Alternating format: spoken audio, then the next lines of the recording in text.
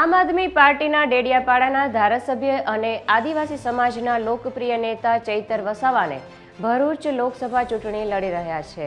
આમ આદમી પાર્ટી અને કોંગ્રેસના ઇન્ડિયા ગઠબંધન હેઠળ ચૈતર વસાવા આગામી ચૂંટણી લડવા જઈ રહ્યા છે। હાલ આમ આદમી પાર્ટીની સ્વાભિમાન યાત્રાના માધ્યમથી ચૈતર વસાવા ભરૂચના ગામે ગામ ફરી રહ્યા છે। આ સ્વાભિમાન યાત્રા 21 દિવસ ચાલશે। આ યાત્રામાં આમ આદમી પાર્ટીના પ્રદેશના નેતાઓની સાથે સાથે જિલ્લા અને તાલુકાના પદાધિકારીઓ તથા મોટી સંખ્યામાં કાર્યકર્તાઓ પણ જોડાયા હતા। દિન પ્રતિદિન સ્વાભિમાન યાત્રાને ભરૂચના લોકો તરફથી વધુને વધુ સમર્થન મળી રહ્યું છે। હાલ આ યાત્રા જંબુસર વિધાનસભાના ગામોમાંથી પસાર થઈ હતી અને આ દરમિયાન ચૈતર વસાવાએ મોટી સંખ્યામાં હાજર લોકોની મુલાકાત લઈને તેમની સાથે સ્થાનિક મુદ્દાઓ પર ચર્ચા કરી હતી। તે દરમિયાન ચૈતર વસાવાએ લોકો સમક્ષ પોતાની વાત રજૂ કરતા જણાવ્યું હતું કે ભાજપ દ્વારા સામ દામ દંડ ભેદ જેવી દરેક નીતિનો ઉપયોગ કરવામાં આવી રહ્યો છે। થોડા સમય પહેલા મને ખોટા કેસમાં જેલમાં મોકલવામાં આવ્યો હતો કારણ કે એ લોકો નથી ઈચ્છતા કે આપણે કોઈ સવાલ પૂછીએ। હું મારા આદિવાસી વિસ્તારના બાળકોની શાળા મુદ્દે સવાલ પૂછું છું, સરકારી દવાખાના અને હોસ્પિટલ મુદ્દે સવાલ પૂછું છું, રોડ રસ્તા મુદ્દે સવાલ પૂછું છું અને ભાજપને આ સવાલો પસંદ નથી। અમારા પર સામ દામ દંડ ભેદ નીતિ બધું જ કરવામાં આવ્યું। હમણાં પણ મને જેલમાં નાખવામાં આવ્યો માત્ર ને માત્ર એ લોકો હાથે લેવા માટે, જે તોડજોડની નીતિ કરે છે લેવા માટે।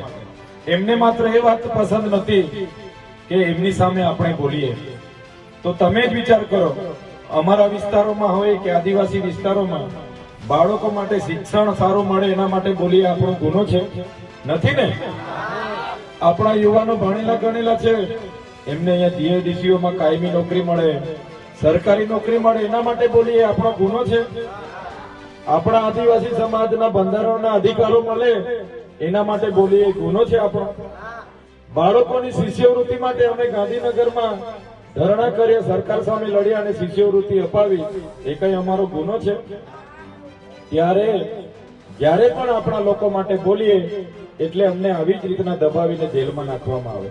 હમણાં મને જેલમાં નાખતા નાખતા મારા ધર્મપત્નીને નાખ્યા, મારી બહેનોને લઈ ગયા ઘરેથી, એમના જમાઈઓને લઈ ગયા, મારા પીએને લઈ ગયા। એક ધારાસભ્ય હોવા છતાં આટલું બધું એ લોકો મારી સાથે હેરાનગતિ કરે છે। આજે તમે જોઈ લો, કોઈ એવી ઘટના જ નથી ઘટી, કોઈ એવી પુરાવા જ નથી, કોર્ટે મને છોડી તો દીધા, પણ આ લોકો એવું ષડયંત્ર બનાવ્યું કે મને નર્મદા જિલ્લામાં પ્રવેશ બંધી કરી દીધી। જે વિસ્તારમાંથી હું ધારાસભ્ય ચૂંટાયો છું, ઇતિહાસમાં 1 લાખથી પણ વધારે મત મને ત્યાં મળ્યા છે, છતાંય મારા વિસ્તારમાં મારે પ્રવેશ નહીં કરવાનો। આજે ભરી શકું છું, તમને મળી શકું છું, પણ હું અહીંયા રહી નથી શકતો એવી શરત મને આપી કે ભરૂચ નર્મદામાં તો પ્રવેશ બંધી, ભરૂચમાં નહીં રોકાવાનો। તમારામાંથી કોઈને ત્યાં પ્રોગ્રામ હોય, અમે પ્રોગ્રામમાં આવીને તમે કહો કે અહીંયા તમારે રોકાઈ જવાનું, તમારાથી ના રોકાવું,